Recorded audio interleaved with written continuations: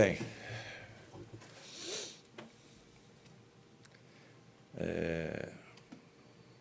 na primeira apresentação que eu fiz aqui em Orlando, questão de 3 dias atrás, tentei encontrar palavras para agradecer o honroso convite de que eu aqui estivesse trazendo algumas das observações que nós fomos acumulando ao longo de alguns anos. E, sinceramente, eu não encontrei as palavras adequadas para o agradecimento. Então, eu não tenho como agradecer. E eu acho que não há necessidade de agradecer quando nós estamos diante de familiares. Então, eu vejo os senhores e as senhoras aqui como meus irmãos, como minhas irmãs, como meus parentes íntimos, queridos, amados. E vou tentar, se a emoção me permitir, cumprir a missão que me foi destinada, de que eu estivesse aqui essa noite trazendo as informações que me foram solicitadas através do título dessa palestra, A Medicina Mediúnica do Futuro. Já sabem o que eu faço, quem eu sou um cirurgião. Tenho 45 anos de formado. E quando eu ingressei na Faculdade de Medicina, a minha ideia era, em 1970, dedicar todo o meu trabalho a crianças. Onde tem criança, eu me transformo numa criança. Sou uma criança. Passou criança perto de mim, eu já... Mas aí eu caí numa enfermaria de pediatria e escutei tanto grito, tanto berro, que eu saí da enfermaria e não entrei mais. E aí entrei numa enfermaria de clínica cirúrgica. E em uma semana eu tinha visto 8, 9, 10 doenças diferentes. Então eu decidi que era aquilo que eu ia fazer. O cirurgião é um objetivo. Ele pega e resolve. Ele bota a mão, o paciente está com apendicite, bota na mesa, abre, tira o apêndice, resolve o problema. Agora, eu nunca encontrei, em todos esses anos que eu trabalho como cirurgião, a alma nem o espírito dentro dos corpos que eu abri.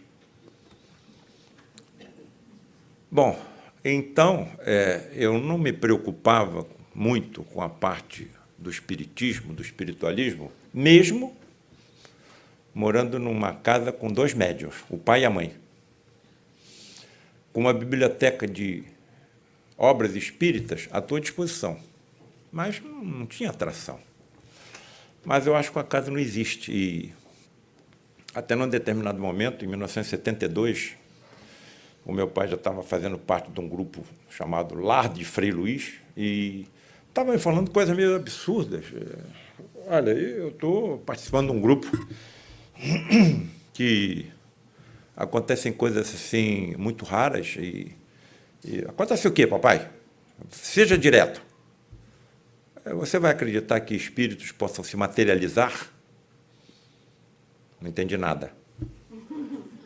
Bom, tentou me explicar, não é possível. Não. Até em 1972, quando estava no 3º ano de medicina, ele chegou em casa numa quinta-feira à noite e, olha, dá uma olhada no que aconteceu. Abriu a camisa e estava com a camiseta branca por baixo, e na camiseta branca estava com uma mancha de sangue desse tamanho. O que houve, pai? O senhor sofreu algum acidente? O que aconteceu? Olha, você, não sei se você vai acreditar, mas eu fui submetido a uma cirurgia hiperfísica. O que é isso? O que é cirurgia hiperfísica? Aquela que ultrapassa os limites físicos do corpo humano. O senhor estava sentindo alguma coisa? Não. Foi para lá de quê? No estômago. Levanta a camiseta, levanta a camisa. Não estou vendo cicatriz nenhuma. Bom, eu tenho um professor, o professor Toledo, de gastroenterologia, uma sumidade. Eu vou levar você na Santa Casa de Misericórdia do Rio de Janeiro e vou pedir para ele te examinar. Professor Toledo, meu pai está sentindo alguma coisa e o que o senhor acha na área gástrica? Naquele tempo não tinha endoscopia, vamos fazer uma seriografia esôfago-gastroduodenal do seu pai. Deve haver colegas médicos aqui, sabem o que eu estou dizendo. dava-se um pouco de contraste para o paciente ingregerir, e, à medida que o contraste ia descendo, ia se fazendo radiografia do esôfago, do estômago, do duodeno, múltiplas radiografias. Quando ele estava fazendo a radiografia, o radiologista vira para mim, eu era no terceiro ano, estava no terceiro ano de medicina, escuta aqui, seu pai foi operado?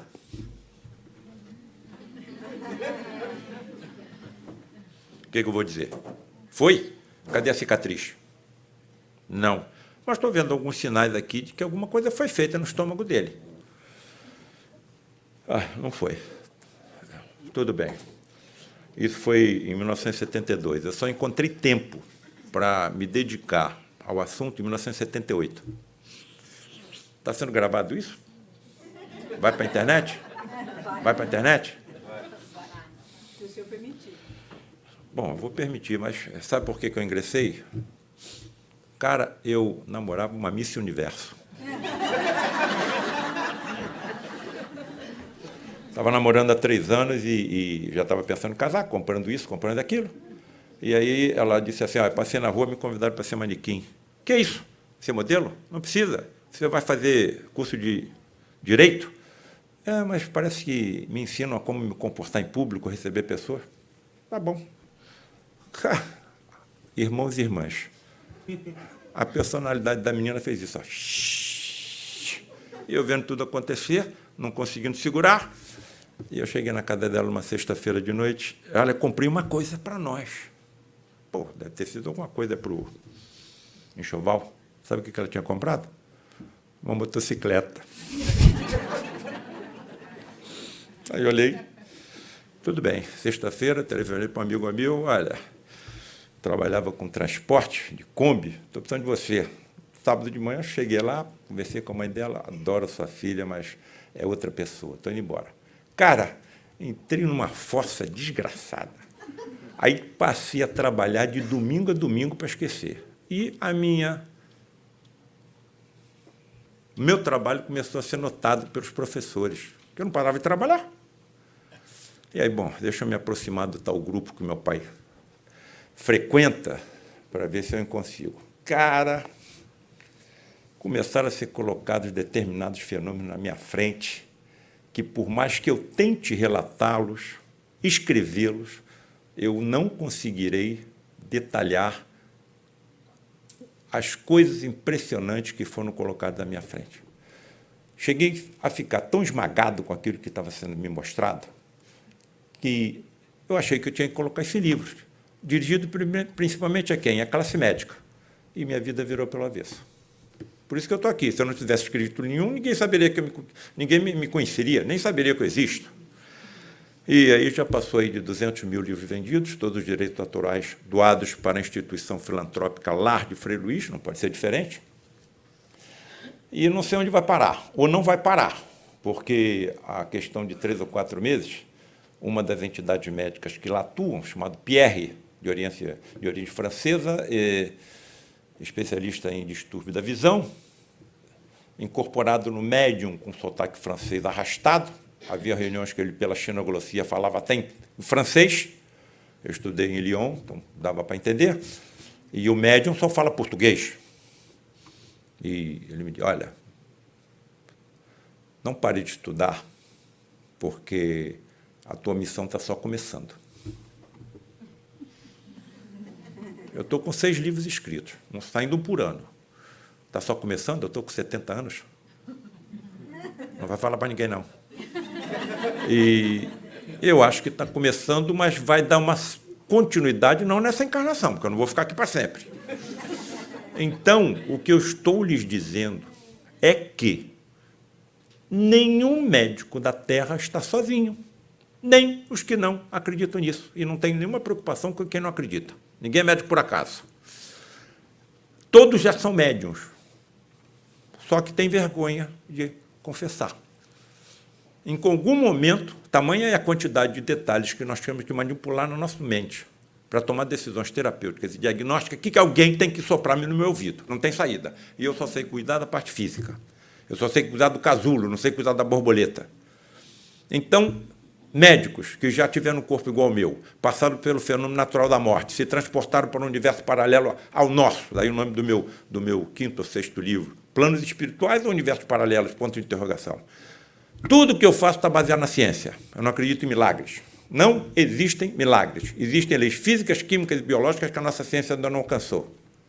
O tal Jesus era um profundo conhecedor de todas essas leis, da ciência e da tecnologia. E associava a essa ciência e tecnologia o quê? A moralidade e o amor. Então não tem limite porque ele podia fazer. Agora eu vou fazer. Eu sou imortal. Eu vou viver para sempre. Vou e volto. Quantas vezes eu já vim aqui? Quantos idiomas eu já falei? Quantas raças eu pertenci? Quantas famílias? Quantas correntes religiosas? Quantos países? Quanto regime de governo?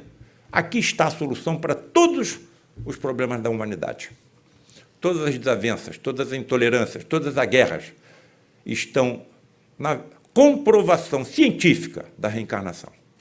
Então eu vou dar um pugilo do que eu tenho feito. E aos jovens que aqui estão, esse garoto aí, ó, é o principal objetivo do meu testemunho. Eu coloco algumas possibilidades teóricas de explicar o que eu vi. Não tenho certeza, é hipótese. Mas essa nova classe de espíritos, de 4 grandes vertentes que estão chegando, eu não tenho nenhuma dúvida. Vão pegar isso e vão levar para frente. A exemplo do que os discípulos de Jesus fizeram. Não entendiam nada do que ele fazia, mas se não fosse pelo testemunho deles, nós nem saberíamos que ele existiu. O meu principal objetivo é colocar o meu testemunho. Bem, pode apagar um pouquinho a luz para ficar mais clara a imagem? Se quiser botar um pouquinho mais escura, não tem problema nenhum. Tem uma luminescência aqui em cima de mim, tudo bem. Bom, sabe o que os senhores estão vendo aí? Uma fotografia aérea do lado de Frei Luís. Talvez, acho que é 120 mil metros quadrados. É uma cidade. Nós chamamos carinhosamente a mini cidade do amor.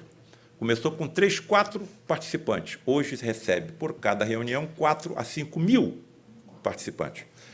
O maior centro do Rio de Janeiro, denominado Lar de Frei Luís, curiosamente, é comandado por uma entidade católica, assessorada ainda por outras 2 entidades católicas, Padre Isabel e Frei Leonardo.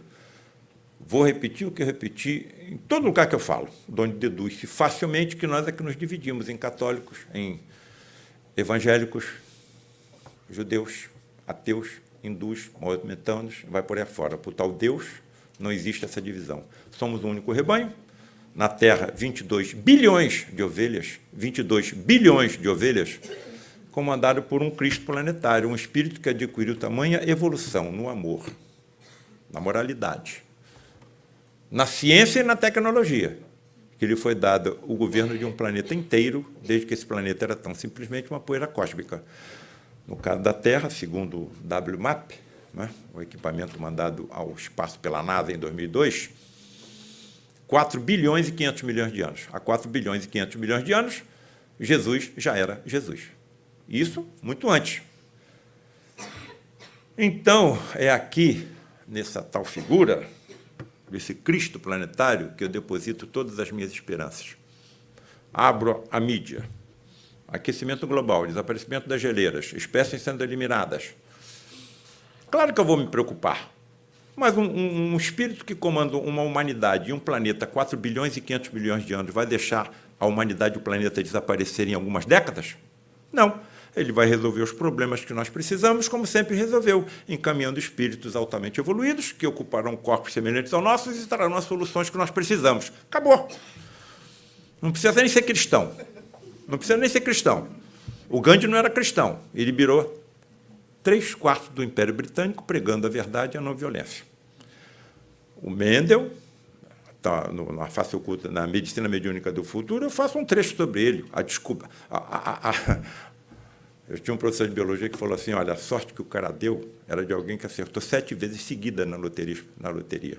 7 vezes seguida na loteria. Isso é a obra do acaso? Acaso, para mim, não existe. Assim como milagre também não existe. Eu faço milagre todo dia. Eu chego num hospital moderno no Rio de Janeiro para operar, tem que lavar a mão e o braço. Não toco na torneira. Passo a minha mão em frente a uma célula fotoelétrica, a água sai da torneira sem que eu toque nada. Se eu tiver com um selvagem ou uma criança do meu lado, ele vai achar que eu fiz um milagre. Perceberam? E vamos em frente. Aqui está o que eu sou. Sabe quem é essa figura aí, né? Ô, Tomé, vem cá. Bota a mão aqui. Você está vendo o buraco aqui dos cravos que me pregaram na cruz? Tomé, bota a mão aqui no meu tórax. Você está sentindo o buraco da lança que atravessou meu tórax? Sou eu mesmo. Então, ele conclui essa passagem evangélica dizendo o seguinte, olha, bem-aventurados os que não creram, porque deles é o reino dos céus. Ou bem-aventurados os que não viram e creram. E como é que eu fico? Como é que fica a classe médica? Foi feito um levantamento lá no Brasil. 80% dos médicos não acreditam em nada. Se você perguntar a eles se acreditam em Deus, eles vão dizer que sim. Acabou. Não faz mais nada. Trabalho, estudo, cuido da família, lazer, atualização, mais nada. E aí eu tive que tomar uma tremenda decisão na minha vida. Ou me viro para a esquerda e nada está acontecendo, porque eu acho que ninguém vai se entregar anestesiado na mão de cirurgião que acredita em fantasma.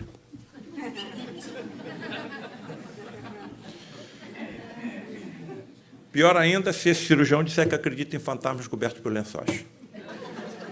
Os senhores que estão me vendo pela primeira vez, eu fui obrigado a acreditar. Fantasma coberto por lençóis existem, só que não é o que nós achamos que sejam. Paulo César, por que você acredita nisso? Você vai ver. Bem, diante dessas percepções, dessas provas, desses fenômenos inacreditáveis, mas reais, eu passei a seguir o que esse homem disse. Jorge Andréa, um dos maiores escritores do espiritismo no Brasil, psiquiatra, desencarnou com 100 anos de idade há pouco tempo, e essa frase dele, quando eu peguei, nunca mais eu tirei da minha mente. Todo aquele que vislumbra uma rota ou pensa que está caminhando em nova estrada tem por obrigação comunicar os seus pensamentos à sociedade onde ele milita. Qual é a sociedade onde eu milito? A médica. Então, eu fiz uns livros chamados A Face Oculta na Medicina. E aí, o que aconteceu? Doentes começaram a ler o livro e presentear seus médicos com o livro. E eu comecei a receber telefonema, mensagem, e de tudo, de colegas que eu nunca ouvi falar. Paulo César, o que tu está montando nesse livro, cara? Tudo que você viu... Olha, colega, eu vou ser bem objetivo. O que está ali foi o que eu vi. Agora, eu não posso explicar tudo. Agora, pensa o seguinte. Eu tenho 45 anos de formado. Sou cirurgião há 45 anos. Não posso ser um alucinado. Porque se eu fosse um alucinado, eu era um serial killer, não era um cirurgião. Então, uma das percepções que eu sinto é que, se me foi colocada essa missão na frente, é porque eu tinha que, primeiro, adquirir a confiança que um cirurgião adquire. Quantos pacientes eu operei com 45 anos de estrada? Milhares. Os milhares que eu operei correram bem, eu não lembro de nenhum.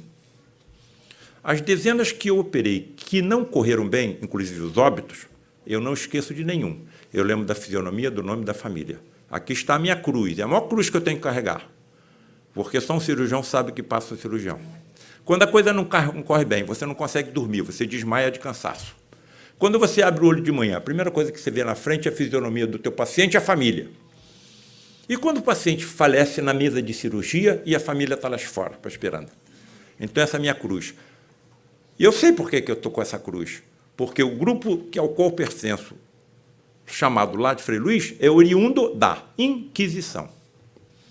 Então, se eu uso hoje o ferro e o aço para aliviar e para curar, é porque, quando eu era da Inquisição, usava para torturar e para matar. Quem me tirou do antro de sofrimento que eu vivia foi Frei Luís, um frade franciscano, alemão, que foi morar no Rio de Janeiro, no Brasil, na primeira década do século XX, e se estabilizou na Serra do Rio de Janeiro, em Petrópolis.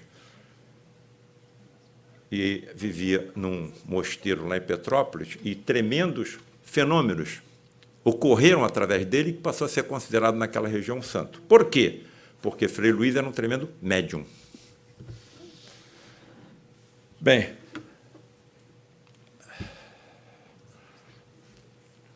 lembrem que eu não faço nada sem ciência, tá certo? A ciência acredita que existe vida em todo o universo. Tanto acredita que já chegam a dividir as civilizações universais ou multiuniversais em 4 grupos, de acordo com a utilização inteligente de energia. O que é uma civilização do tipo 1? Aquela que sabe utilizar de forma inteligente toda a energia do seu planeta, no nosso caso, vulcões, vento, luz solar, marés, terremotos, e vai por aí afora. O que é uma civilização do tipo 2? Aquela que sabe como aproveitar de forma inteligente toda a energia da estrela mais próxima, no nosso caso, o Sol. O que é uma civilização do tipo 3? Aquela que sabe utilizar de forma inteligente toda a energia das estrelas da galáxia onde o seu planeta está. No nosso caso, a Via Láctea, 100 bilhões de estrelas. Aproveitar de forma inteligente a energia de 100 bilhões de estrelas. E chegam à síntese de acreditar na existência de civilizações do tipo 4, que sabem como aproveitar de forma inteligente toda a energia escura que permeia todo o universo, e que a nossa ciência nem sabe o que é, só sabe que existe. E a história não para por aí. Já estão acreditando e aceitando a existência de civilizações do tipo 5 e 6. Aí entramos nós na civilização tipo 5. Por quê? Pertencemos a uma delas? Claro que não. Mas eles acreditam que as civilizações do tipo 5, nós estamos no zero. Nós estamos no zero. Nem no 1 nós alcançamos. A civilização do tipo 5 sabe como aproveitar de forma inteligente as energias de universos paralelos ao nosso. Cara, então, para mim, eles sabem aproveitar as energias do espírito, as energias ectoplasmáticas. Eu vou tocar no assunto. Quando eu desencarnar, ou um livro chamado A História do Espiritismo, Arthur Conan Doyle, ele entrevistou um médium muito respeitado, e que percebeu o que acontecia no momento do óbito, da desencarnação de uma senhora. Ele tinha uma evidência plena.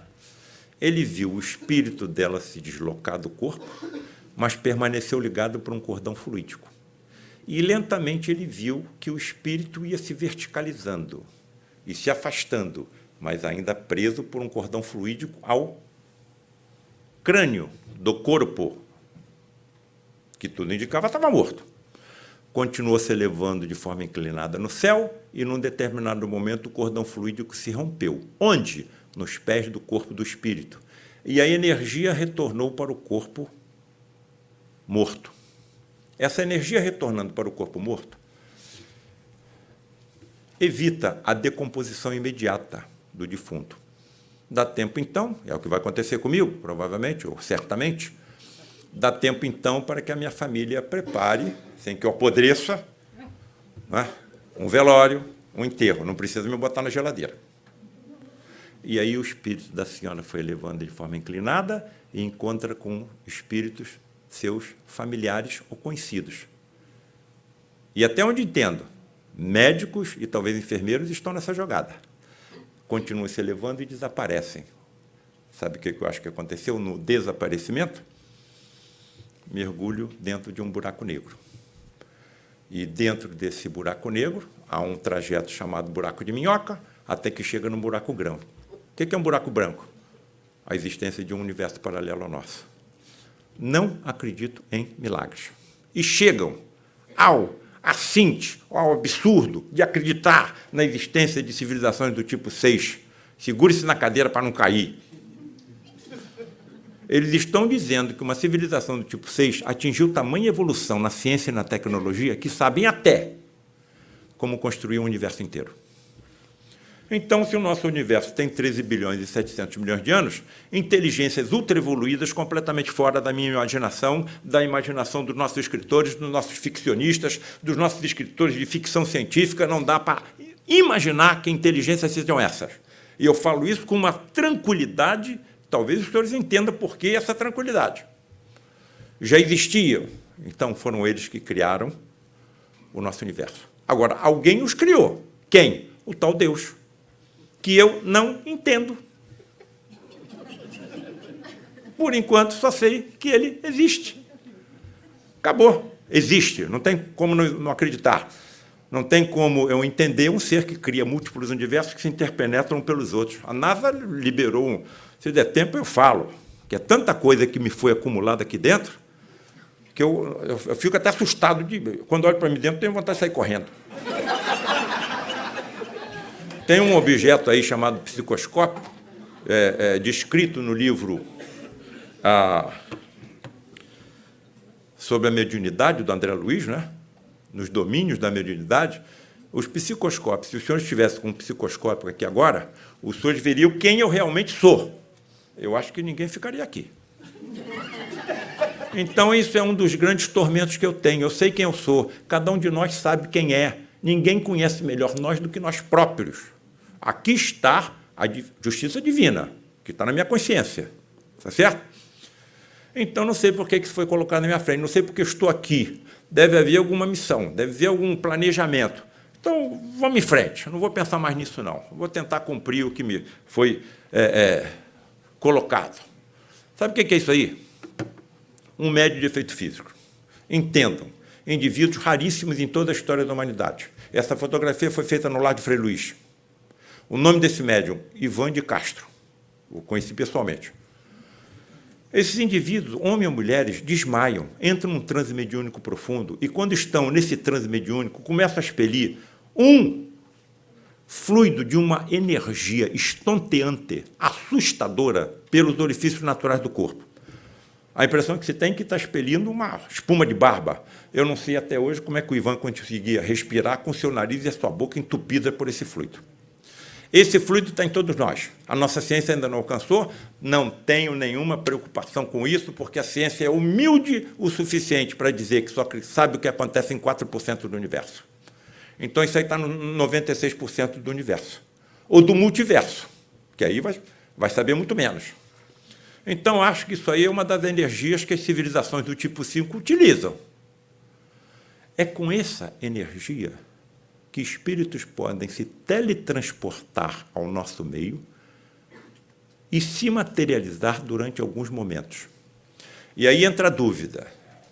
Alguns devem estar pensando o seguinte: olha, eu não sou médium vidente, eu nunca vou ver um espírito materializado. Errado. Se houvesse um espírito materializado aqui, todo mundo ia ver. Se ele chegasse nesse microfone e falasse alguma coisa, todo mundo ia ouvir. Se ele caminhasse por essas fileiras exalando algum odor, todo mundo ia perceber. Durante alguns momentos, ele está materializado. A morte não existe, porque ele passou pelo fenômeno da morte, o corpo físico dele entrou em decomposição, os seus átomos e as suas moléculas entrarão na composição de outros corpos orgânicos ou inorgânicos, mas o espírito continua vivo. Imortal. Ali está a energia vital. Bem, dois principais motivos entram nessa jogada como permissão para que tais fenômenos aconteçam. Primeiro, disparado o maior, ajuda a pacientes graves, principalmente aqueles que a nossa medicina pode ajudar, principalmente cancerosos, que é a área que eu mais atuo. E eu que fui parar no meio dessa história. Porque quem mais se materializam nessas reuniões são espíritos de médicos, trazendo conhecimentos assustadoramente mais profundos do que eu sei. Segundo, daí o nome do meu livro, Lampejos lá no Horizonte, Clarões, do que será a medicina mediúnica do futuro, porque os médicos serão poderosos médiuns. Os médicos, falo com a maior tranquilidade, os médicos, diante de tudo que eu vi, que pesquisei, que estudei, que testemunhei, serão poderosos médiuns. Já o são, sem coragem de confessar. Em algum momento, no trato de algum enfermo, podem ouvir alguma palavra. Olha, faz isso, faz aquilo. Intuição que não sabemos de onde vem, mas vem, mas vem. Eu estou com um filmete que eu apresentei nas 2 primeiras apresentações, mas não consegui fazer rodar na primeira, não quis correr o risco. Mas Deus me ajude. Talvez eu toque no assunto. Bem, uma série de exigências físicas, químicas e biológicas são necessárias para que isso aí aconteça. Primeiro, ausência de luz. Os fótons da luz artificial e natural afetam o ectoplasma, que é o nome que foi dado por um prêmio Nobel de Medicina chamado Charles Richer, francês, ganhou o prêmio Nobel porque descobriu a resposta anafilática. Então, graças ao trabalho desse homem, milhares de vidas estão sendo salvas. Então, não estou sozinho. Nas apresentações, eu coloco uma série de grandes nomes da história da ciência que comprovaram isso, estudaram isso, e viram que tudo era verdade. Então, não estou sozinho. Tremendo. A ciência não aceita. Por quê? A quantidade de energia manipulada é tremenda. Então, ela não acredita. Então, como é que eu fico? Se eu estou numa escuridão completa, como é que eu vou ver um espírito materializado? Porque quando ele aparece na porta da cabine, onde está o médium, e a cabine funciona como um condensador de energias, ele aparece emitindo luz do seu corpo e das suas vestes. Então, eu vejo. Se os senhores todos que aqui estão tivessem uma reunião dessa, veriam a mesma coisa. Aqui nós estamos vendo um espírito na porta da cabine, luminescente, foi fotografado, evidentemente, naquela época, com o flash da máquina envolto num filtro infravermelho, para não afetar, a afetação vai acontecer, só que é menos, porque está com o filtro infravermelho diminuindo a luminescência. E o médium, nitidamente, nós vemos que as duas fisionomias são diferentes. Ô, Paulo César, vem cá. Esses espíritos, então, se manifestam com mantos brancos os cobrindo, luminescentes? Sim. Passou pela tua cabeça alguma vez que possa ser o próprio médium que está se cobrindo com um lençol e acendendo uma lanterna por baixo do lençol? Sim. Passou pela minha cabeça. Eu me formei em 1975, 78 comecei a ver esses fenômenos. Meu Deus, será que não é o médium Gilberto que está se cobrindo com um lençol e acendendo uma lanterna? Tirei o pensamento da mente. Tarde demais. Saiu um espírito materializado da cabine, veio na minha direção. Um preto velho chamado Jeremias, que era um dos protetores do médium, Gilberto Arruda. Ô, Paulo César, você quer conhecer a realidade da vida? Quero. Me pegou pela gola e me levou dentro da cabine. E quando chegou dentro da cabine, a luminescência deles são fracas, pela humildade dos pretos velhos. Dentro da cabine,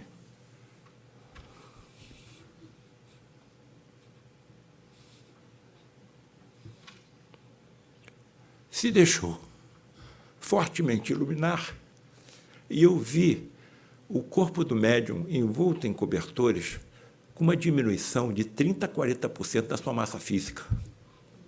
Eu olhava para o médium e olhava para a entidade materializada. Olhava para a entidade e olhava para o médium e me perguntava, meu Deus, como é que esse médium pode estar vivo?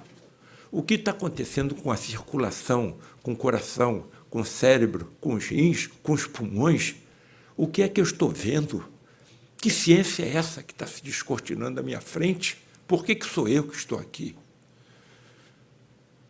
Isso é só um milésimo do que eu teria a revelar.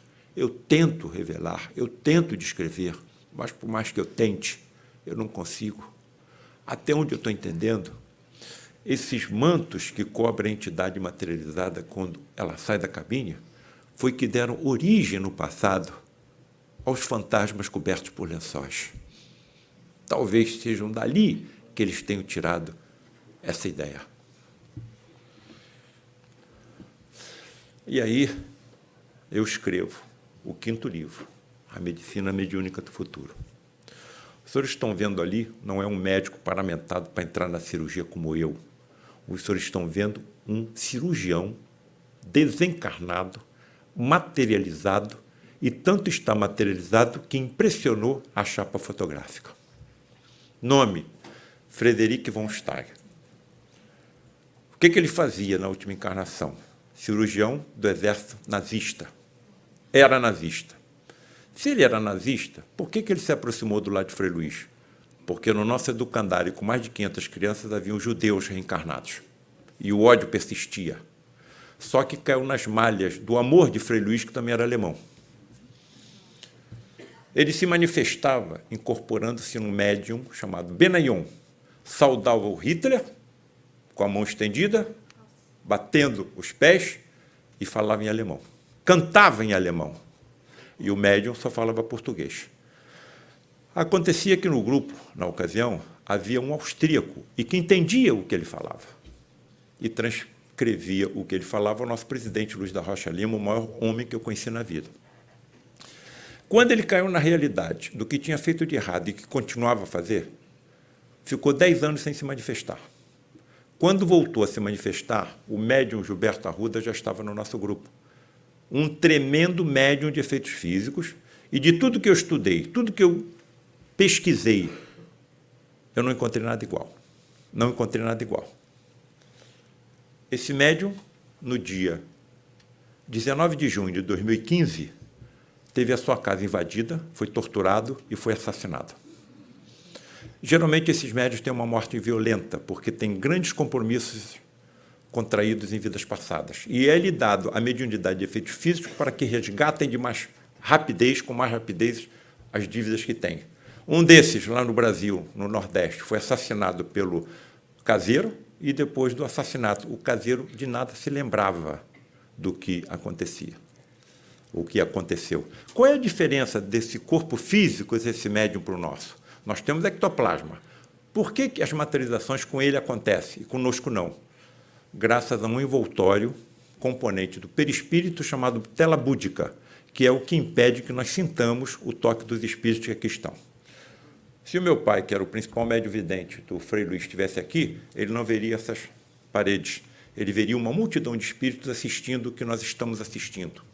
Alguns, ou a maioria, em situação tão assim de vibração baixa, que não conseguem ouvir o que os mentores dessa casa, o que um Frei Luís diz, mas conseguem ouvir o que eu falo, porque eu estou no mesmo plano deles. E alguns nem sabem que estão desencarnados. Bem, quando o Frederick se materializou e foi fotografado, ele estava com um lírio nas mãos, em homenagem a Frei Luís, que, quando habitava o convento de Petrópolis, era ele que cuidava dos jardins do convento e adorava lírios e violetas. Em homenagem a Frei Luís, ele se materializou com o lírio na mão.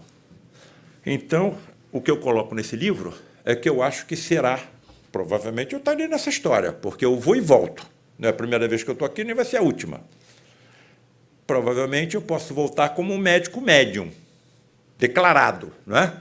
E isso estará encravado onde? No meu genoma. São aproximadamente 7% de médium na Terra, e isso está encravado no genoma, antigamente, erradamente, chamado lixo. Eu preciso, para ter um corpo igual ao meu, de 2,5% do ADN. Alguns estudos já estão levando a 10%. Tudo bem, 10%, tá bom. Então, para que eu preciso dos outros 90%? O que os nossos geneticistas estão dizendo? Olha, a nossa evolução como espécie humana não parou. E, à medida que formos evoluindo, trechos maiores do nosso genoma serão aproveitados. Então, o homem e a mulher do futuro serão mais perfeitos do que eu sou. Terão mais resistência a uma série de doenças infecto-contagiosas, alérgicas e ao próprio câncer. Uma das razões para que o câncer acometa um corpo humano é uma deficiência do sistema imunológico. Todos nós temos células cancerosas circulantes. Por que não temos o tumor? O nosso sistema imunológico as distingue e as elimina. O homem do futuro terá um sistema imunológico muito mais perfeito do que o que nós temos. E, vou mais lento, essa história não tem fim. Terão espíritos, esses espíritos encarnados mais evoluídos, terão ultra-sentidos além do que os nossos. Terão, por exemplo, a visão noturna. Terão, por exemplo, uma audição com decibéis muito maior do que a nossa e os sentidos psíquicos ou mediúnicos. Não tenho nenhuma dúvida, diante do que eu vi e diante do que eu consegui extrair de médicos e médicas que se confessam médiums. Bem, o que é um médium, de acordo com o Livro do Espírito? Todo aquele que sente em qualquer grau a influência dos espíritos, é por isso faço médium. Essa faculdade é inerente ao homem, então não é uma doença. O meu pai começou a ter visões aos 6 anos de idade. Nasceu em 1924, em 1930 começou a ter visão, vidência. A família, em 1930, levou para os médicos, os pediatras examinaram o menino e disseram o seguinte: olha, esse garoto tem que ser submetido a sessões de choques elétricos. Tomou choque elétrico à torta direita, não adiantou nada. Né? Talvez tenha até facilitado a vidência dele, e isso está incrustado no ADN que os nossos geneticistas ainda não alcançou. Então, é uma faculdade inerente ao homem, não constitui, portanto, privilégio exclusivo. Agora, ninguém é médium por acaso. Ele vem com uma missão. E, geralmente, o médium vem com a missão de resgatar também dívidas do passado. Né? Mediunidade é energia. Se a mediunidade é energia, ela será conhecida pelas civilizações que eu coloquei, do tipo 2, do tipo 3, do tipo 4. Eu não posso pertencer a uma civilização desse nível. Por quê? Porque eu terei em retorno de mim, graças às energias extrafísicas, o que os espíritos chamam de formas-pensamento.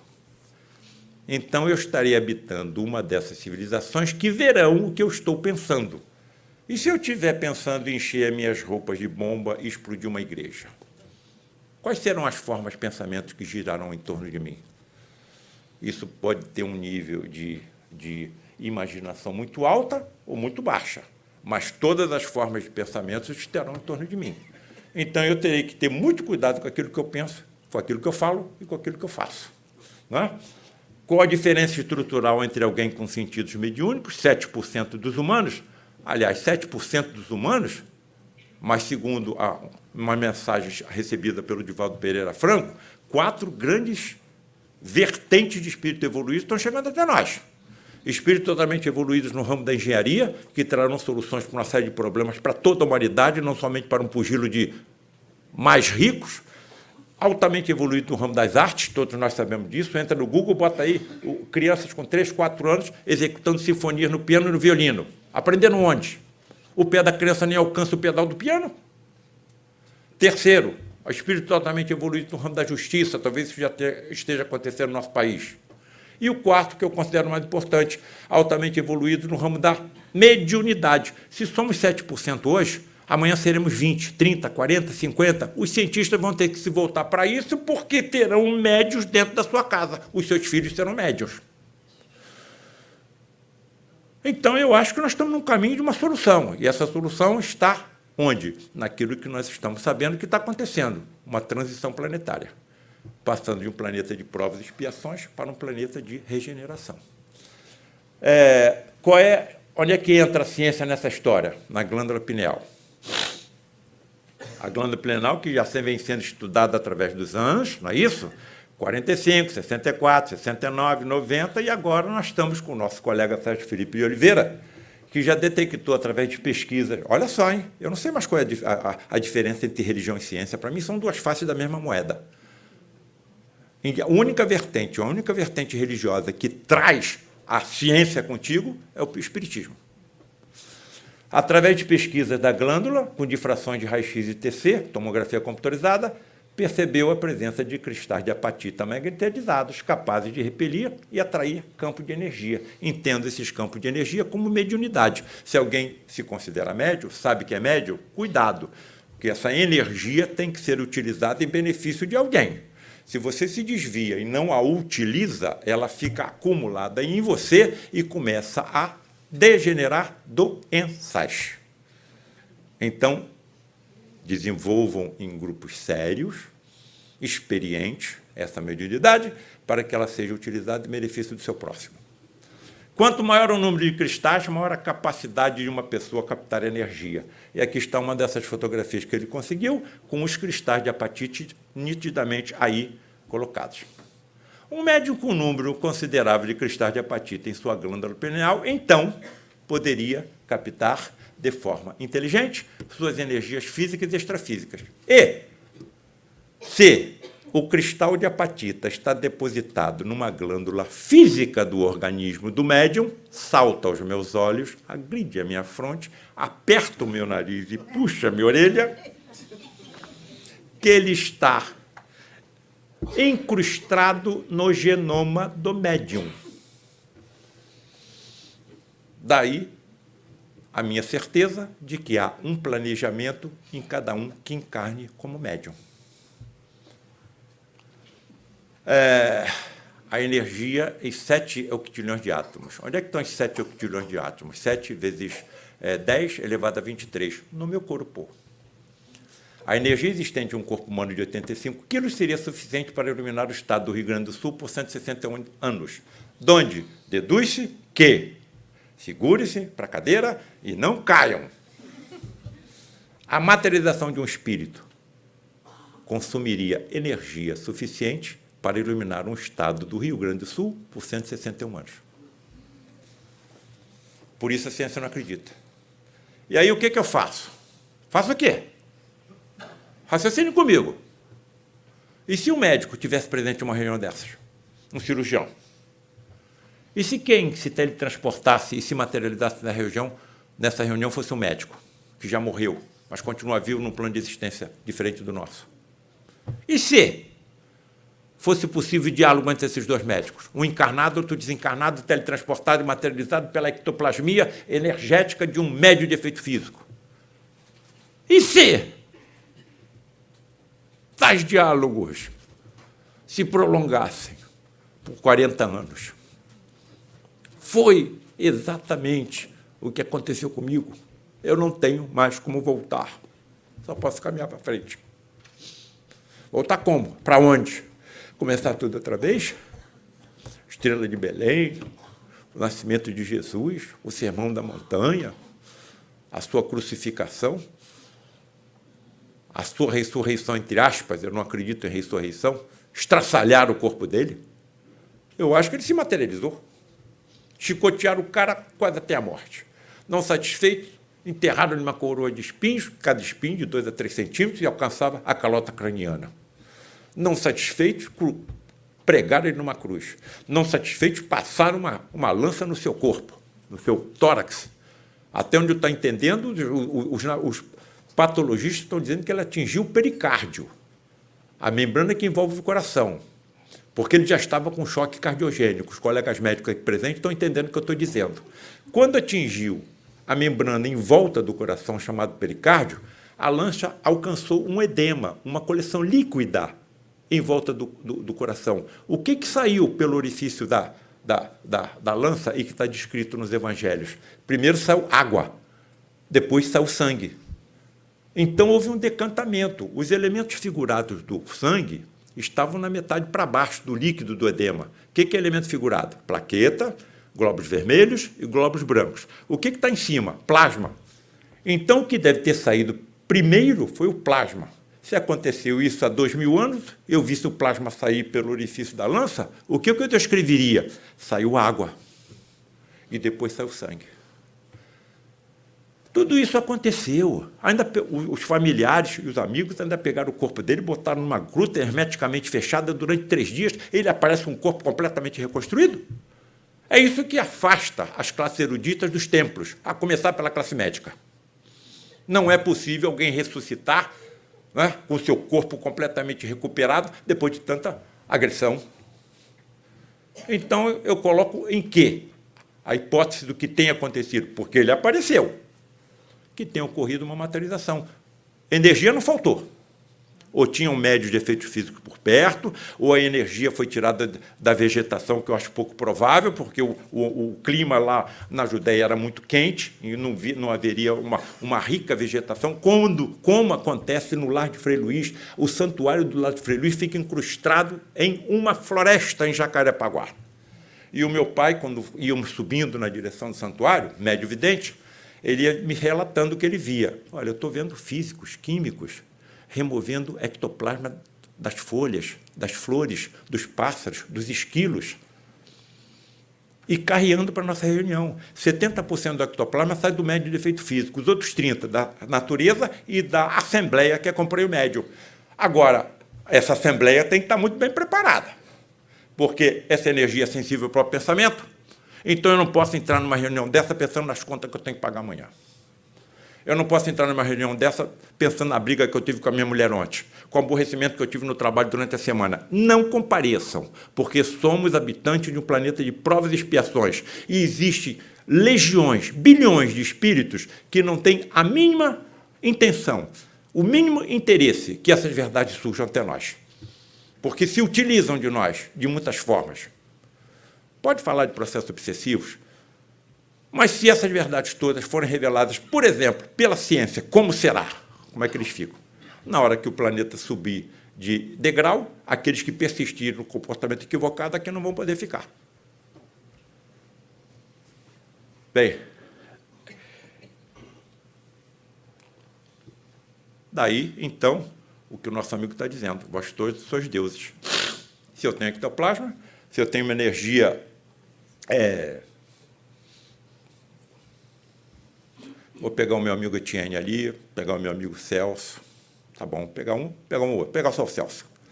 Se eu pegar 60 gramas do corpo do Celso e medir a energia dos átomos nessas 60 gramas do corpo físico dele, quem está dizendo isso é a ciência, a física.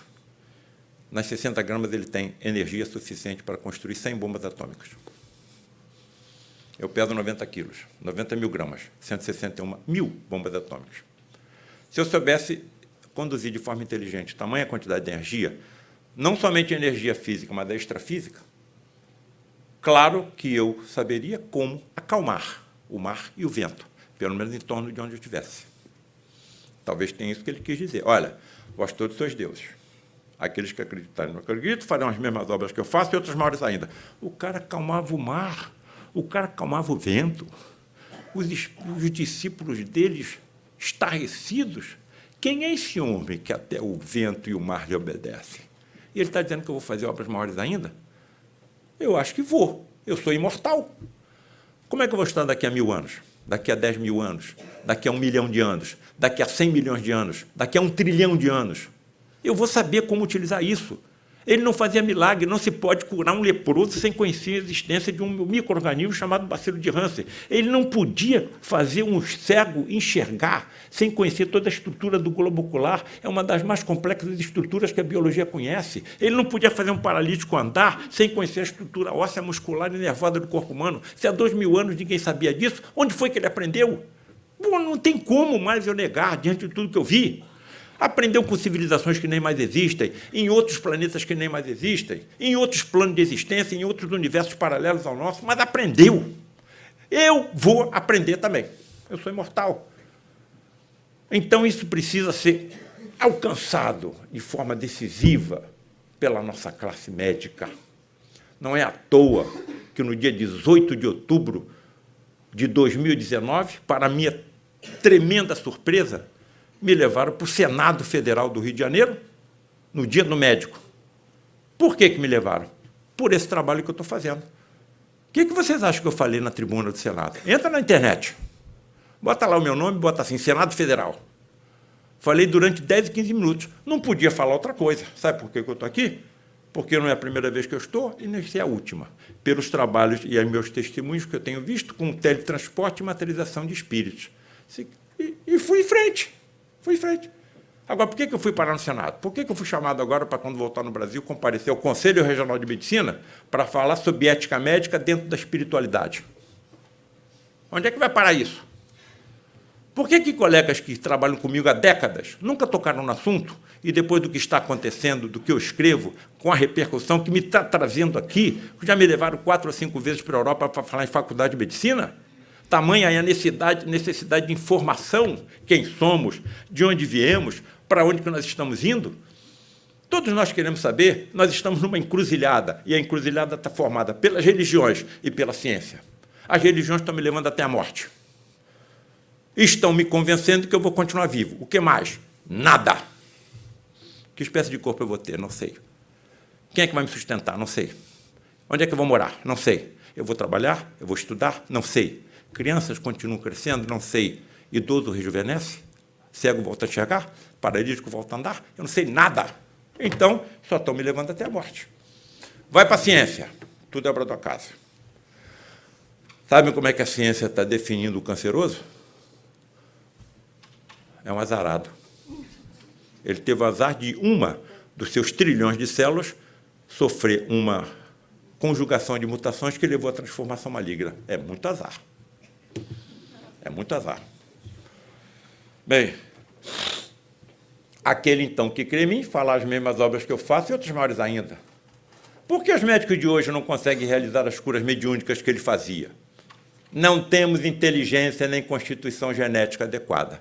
Eu não tenho constituição genética para utilizar as energias que eu possuo. Certo? Olha aqui, vai chegar em casa hoje, principalmente o mais jovem, a garotada, entra na internet e bota o nome dessa médium russa, Nina Kulagina. Vocês vão ver um filmete de 7 segundos. Nesses 7 segundos, ela, em concentração, consegue movimentar pedacinhos de papel e fósforo. Porém, o filmete de 7 segundos levou 7 horas para ser realizado. Por quê? A cada meia hora de concentração, essa médium perdia 1,5 kg da sua massa física. Aí tinha que parar, tinha que hidratar, tinha que alimentar, tinha que descansar para depois dar continuidade. Então, eu não tenho como ainda, não tenho constituição genética para utilizar. E nem tenho inteligência. Não tenho inteligência. Eu só tenho as energias. E elas estão latentes. Agora, um dia eu vou saber.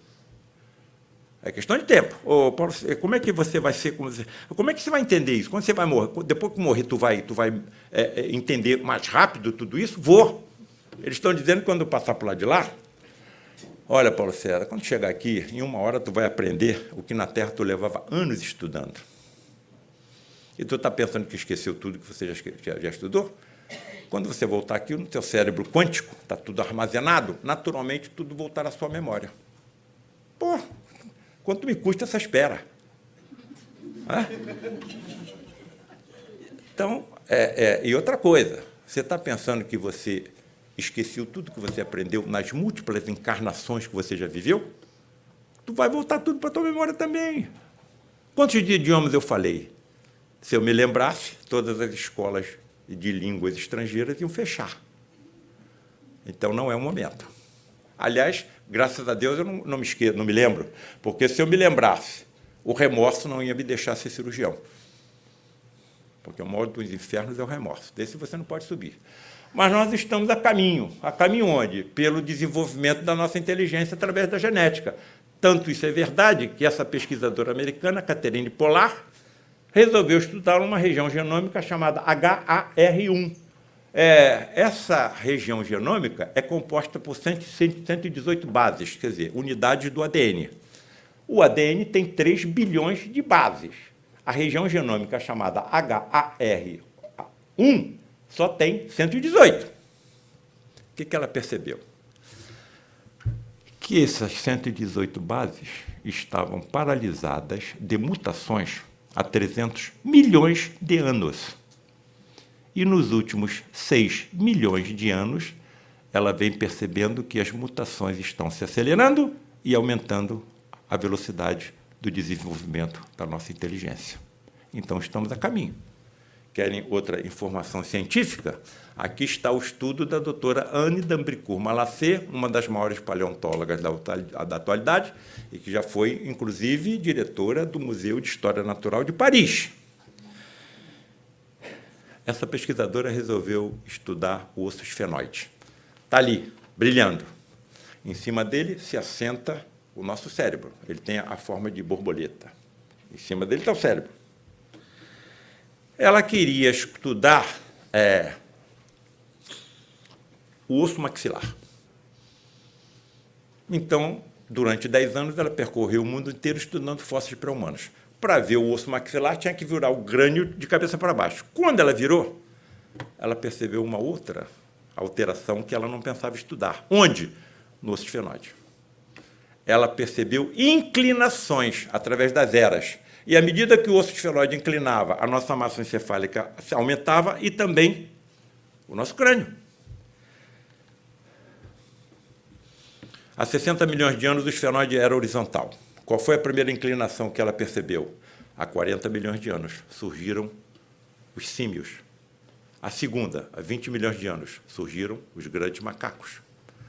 A terceira, há 6 milhões de anos, surgiu um gênero chamado Australopiteco, que deu origem ao gênero Homo.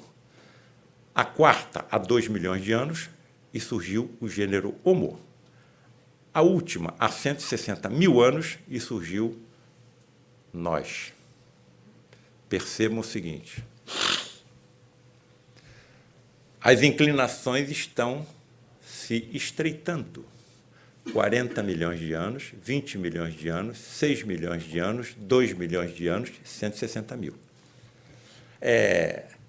Então, a ciência me questiona quando eu faço essa apresentação diante de plateias eruditas, como essa que aqui está. Paulo César, então a inteligência está relacionada com o número de neurônios? Não. Bom, você está dizendo isso? Quanto maior o tamanho do encéfalo, do crânio, do cérebro, maior a inteligência?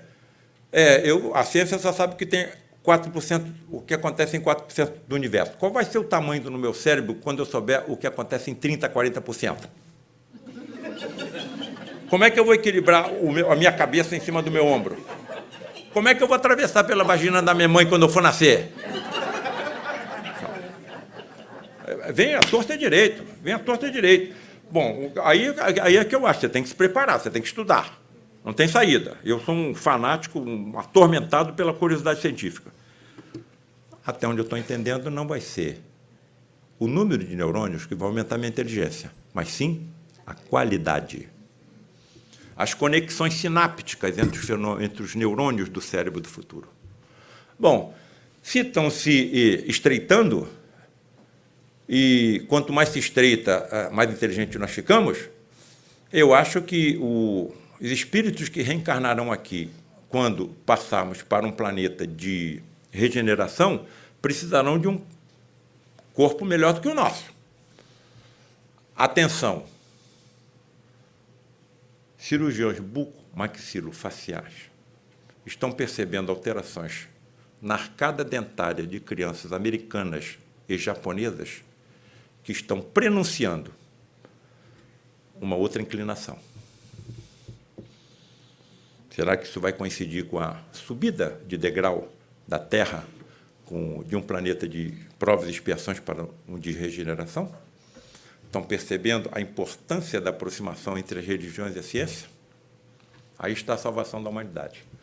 Então, a medicina mediúnica do futuro será energia puramente e mentalmente e inteligentemente utilizada pelos médicos. Olha aqui, olha, quem tocou em mim? Senhor, nós estamos em multidão, como é que nós vamos saber quem ele tocou? Mas eu senti sair de mim uma virtude, alguém tocou nas minhas vestes. Entendo virtude como energia, mas não foi ele que cuidou da hemorroísa. Então, ele estava acompanhado por médicos espirituais que utilizaram a energia que dele se desprendeu e cuidaram dela. Agora, qual foi a base para que aquilo acontecesse? Que a cura dela acontecesse? A fé. Isso tudo vai ser assunto discutido em congressos de medicina do futuro, simpósios, sessões clínicas, vai por aí afora, não tem mais dúvida. O que será possível ao médico médium do futuro, até onde eu estou entendendo, a percepção do mundo espiritual pela vidência, a captação das orientações dos médicos espirituais pela intuição nítida e clareaudiência. Já temos, só que não é nítida. Achamos que surge da minha mente. Coitado de mim. A visão por transparência, a visão microscópica. Quantos diagnósticos eu faria se eu tivesse visão por transparência? Visão microscópica, ultramicroscópica. Todas as empresas que fabricam os aparelhos que nós utilizamos no diagnóstico e no tratamento iam fechar, se os médicos tivessem subsentidos. Quantos desempregados seriam promovidos? Não chegou o momento. Nós estamos vendo o que vem na nossa direção. Cirurgias hiperfísicas, aquelas que ultrapassam o limite do corpo físico, a desintegração molecular de anomalias.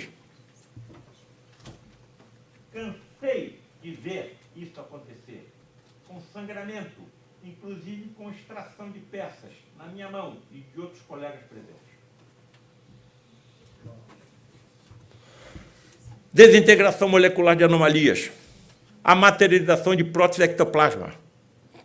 Num dos meus professores desintegraram e removeram uma válvula mitral defeituosa e removeram E, à medida que ela ia sendo desmaterializada, conforme me foi informado pelo Frederic, eles iam materializando no local uma prótese ectoplasma, que, com o tempo, adquire as mesmas características do corpo humano e nunca tem rejeição. Frederic, está sangrando, você sabe como atuar a nível microscópico, ultramicroscópico, você não pode poupar os capilares? Posso. Então, para que tem que sangrar? Para aumentar a fé do doente e a sua. Percepção das causas kármicas das doenças. Amigos, eu, como médico, talvez na maioria dos casos, estou cuidando do efeito, não sei as causas. Como pode uma criança que não nasceu adquirir um tumor maligno no pescoço? Já nasce com câncer. A criança nem nasceu, fez mal a quem? A razão está lá atrás. Incursões intracorpóreas e muito mais. Atenção! Podem essas inteligências extrafísicas causar algum tipo de dano no nosso corpo físico e até mesmo dificultar o trabalho do médico? Sim, podem.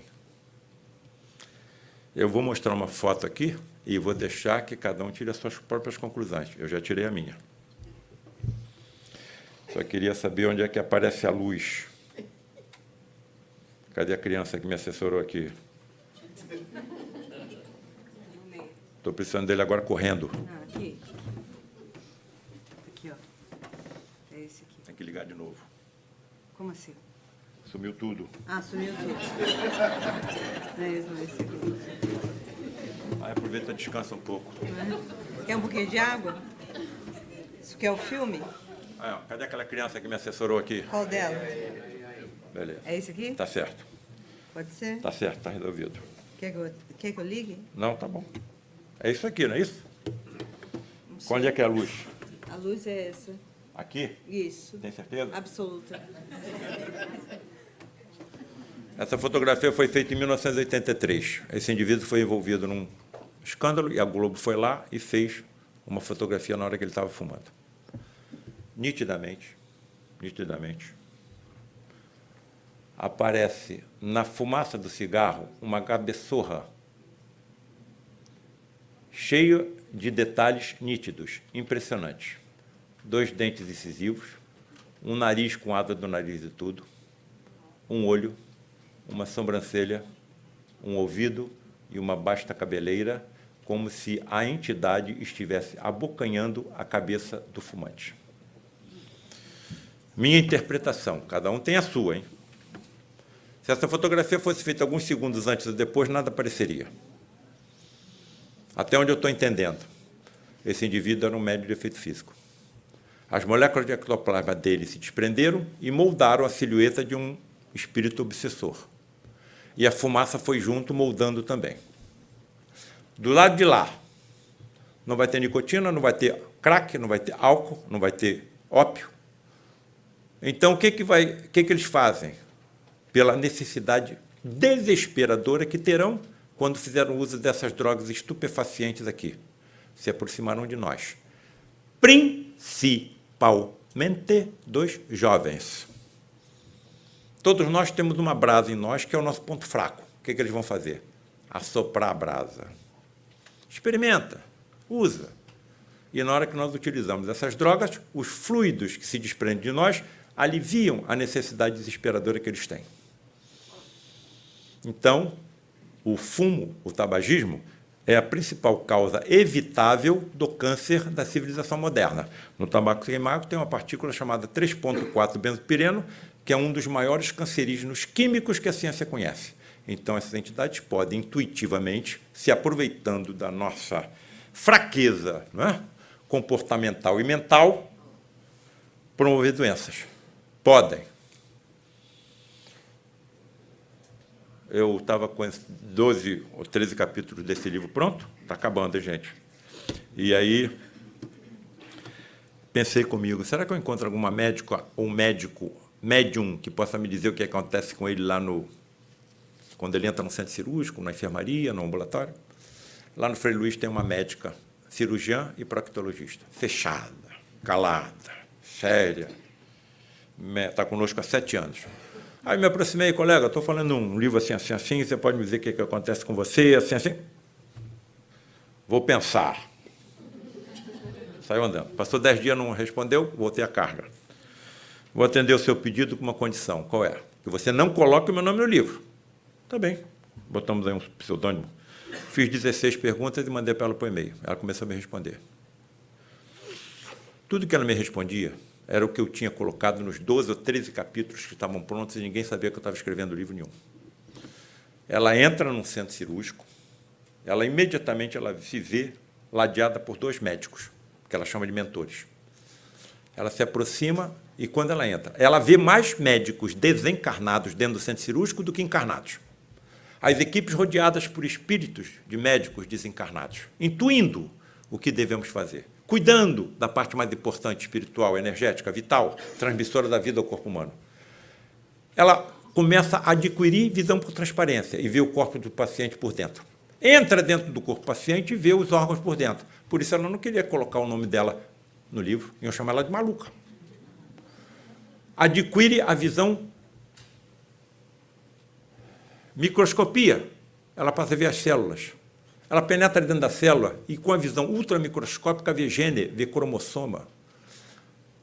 Em determinado momento, ela navega pela corrente sanguínea, vendo a hemácia passar por cima, pela direita, pela esquerda e por baixo. Aí eu me lembrei de um filme da década de 60, chamado Viagens Fantásticas, em que cientistas miniaturizam um submarino, injetam esse submarino na corrente sanguínea de um paciente com uma lesão cerebral, eles vão até lá e eliminam a lesão cerebral com raio laser.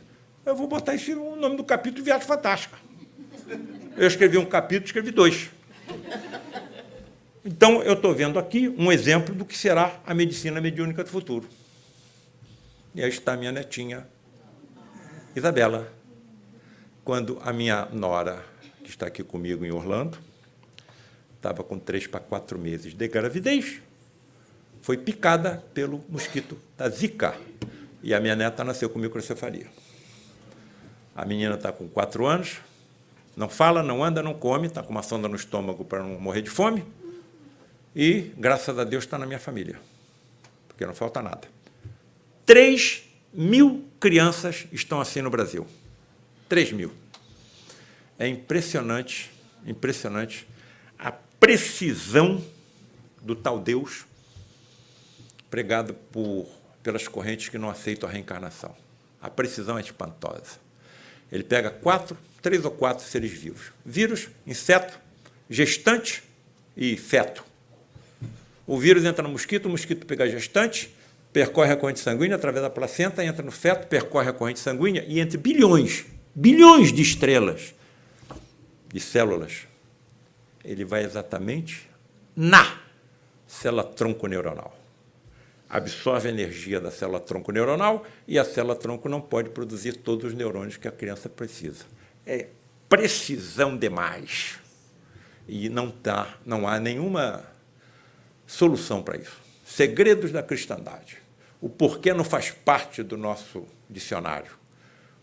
Temos que nos manter firmes. Não há esclarecimento para que isso tudo esteja acontecendo. Não há esclarecimento, não há explicação para a desigualdade, para as doenças, para o sofrimento. Até quando nós vamos ficar assim? À medida que nós fomos evoluindo, nós vamos precisando de respostas, que, infelizmente, não estamos tendo. Bem, tem outra vertente dessa história. Pesquisadores da USP implantaram no cérebro de ratos tumores malignos que acometem crianças. Os tumores malignos cresceram e deram metástase para os ossos dos animais. Não sei de onde tiraram essa ideia. Pegaram o vírus da Zika e injetaram nos animais. O vírus da Zika destruiu todas as células cancerosas e não atacou mais nenhuma. Só o espiritismo explica uma coisa dessa. Então, esses 3.000 espíritos vieram com uma bagagem kármica e uma missionária, porque essas crianças nós temos que abrir o crânio, tentar tirar o tumor do cérebro, fazer radioterapia e a maioria morre.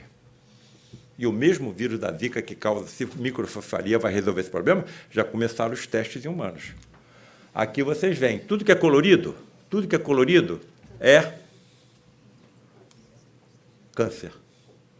Está aqui o tumor cerebral com as metástases ósseas. Injeta o vírus da Zika.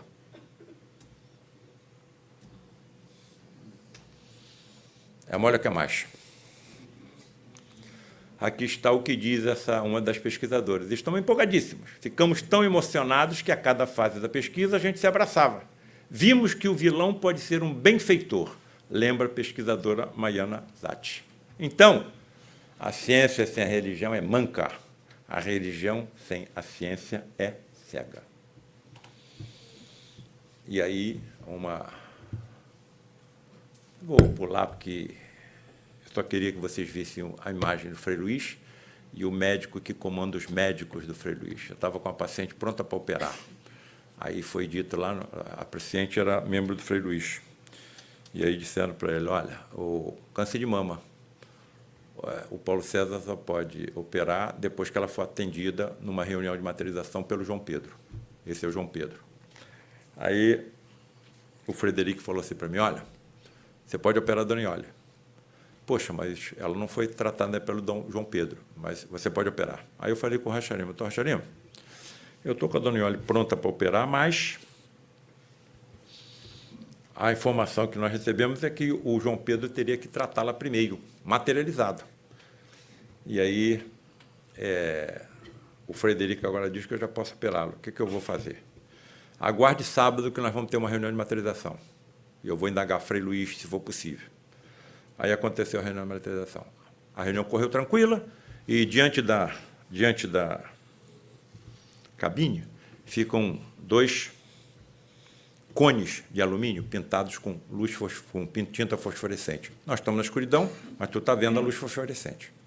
Acabou a reunião, ia se fazer a prece de encerramento, quando uma das trombetas começou a levitar. Não levitou, ela foi elevada por um bastão de ectoplasma que você não vê. Se você não vê o bastão de ectoplasma levantando o objeto, você acha que o objeto vai levitar. Olha o que aconteceu com as mesas girantes que trouxeram, que aproximaram o Allan Kardec do Espiritismo. As mesas girantes. Nós estávamos vendo, a trombeta se elevou e desceu com um bocal menor na cortina, entre as cortinas da cabine. E, pela primeira vez, eu escutei o fenômeno da voz direta. A entidade materializa a laringe, encaixa a laringe no bocal e amplifica. E aí você grava. A voz era de Frei Luiz. Rocha Lima disse, Frei Luiz vai nos dar uma mensagem. Eu escutei pela primeira vez e fiquei impressionado com a dificuldade da entidade falar, como se estivesse faltando ar. Graças a Deus! Depois eu entendi. É um espírito de alta evolução e que tem que baixar a sua vibração para mergulhar no nosso meio. E para falar, para ele é muito difícil. Falou durante 15 a 20 minutos, deu a mensagem que tinha que dar para o grupo e deu, graças a Deus, se despedindo. E aí nós ouvimos a voz do Rocha Lima. Frei Luiz, aqui estamos a seus pés. Podemos pedir mais uma informação? Sim! Nossa irmã Iole precisa ser operada. Recebemos a orientação de que ela seria primeiro tratada por João Pedro, mas Frederico disse ao Paulo César que ele já pode operá-la. O que devemos fazer? Iole será operada por João Pedro através de Paulo César. Eu estava com 29, 28, 29 anos de idade. Como é que eu me senti naquele momento? Trata-se de um irmão muito disciplinado, acho que aí ele cometeu um pouquinho de engano, e tudo correrá bem. Ele servirá de médium da nossa equipe médica, tudo correrá bem. E tudo correu bem. Então, todo médico é médium, mesmo que não acredita nisso. Mesmo que não acreditam nisso. Eu nunca imaginei que isso aconteceria comigo. Então, nós somos utilizados sem percebermos. E aqui está a imagem final, e me permitam, não abusando da paciência. Eu nunca mais, não sei quando eu vou voltar. Acredito que vou voltar aqui, mas o que eu vou dizer não pode deixar de ser dito. Da primeira à última fila, os que estão ainda fazendo algum trabalho lá fora, todos estão aqui, todos, e eu também. num determinado momento, vamos passar por algum distúrbio da saúde. É só questão de tempo, nós sabemos disso. Esse distúrbio da saúde pode ser mais ou menos profundo e pode até nos levar à desencarnação. Todo mundo sabe disso. Eu estava com uma paciente que tinha operado num câncer de mama também, há 1 ano. Estava tudo bem, mas aí pipocou metástase para todo o esqueleto. O osso é o principal sítio metastático do câncer da mama. Na época, não tinha mais nada para fazer. Conversei com ela, conversei com a família e a convidei para uma dessas reuniões. Ela foi colocada no leito ao meu lado. Aqui está a doente deitada e eu estou sentado. As luzes apagadas. A primeira coisa que nós vemos são relâmpagos que saem da cabine, que são esterilizantes da atmosfera, para que as cirurgias hiperfísicas não levem contaminação ao corpo físico. Está tudo dentro da ciência. Tá tudo, eu não vou contar tudo, porque senão ninguém vai comprar o livro. Tem que falar alguma coisa. Sai da cabine o João Pedro, materializado. Fica ao lado do leito, deixando jorrar a luminescência do seu corpo sobre a paciente. Eu estou sentado na cabeceira. De repente, ele começa a conversar com outra entidade que eu não estava vendo a entidade, mas ouvi a voz, novamente pelo fenômeno da voz direta.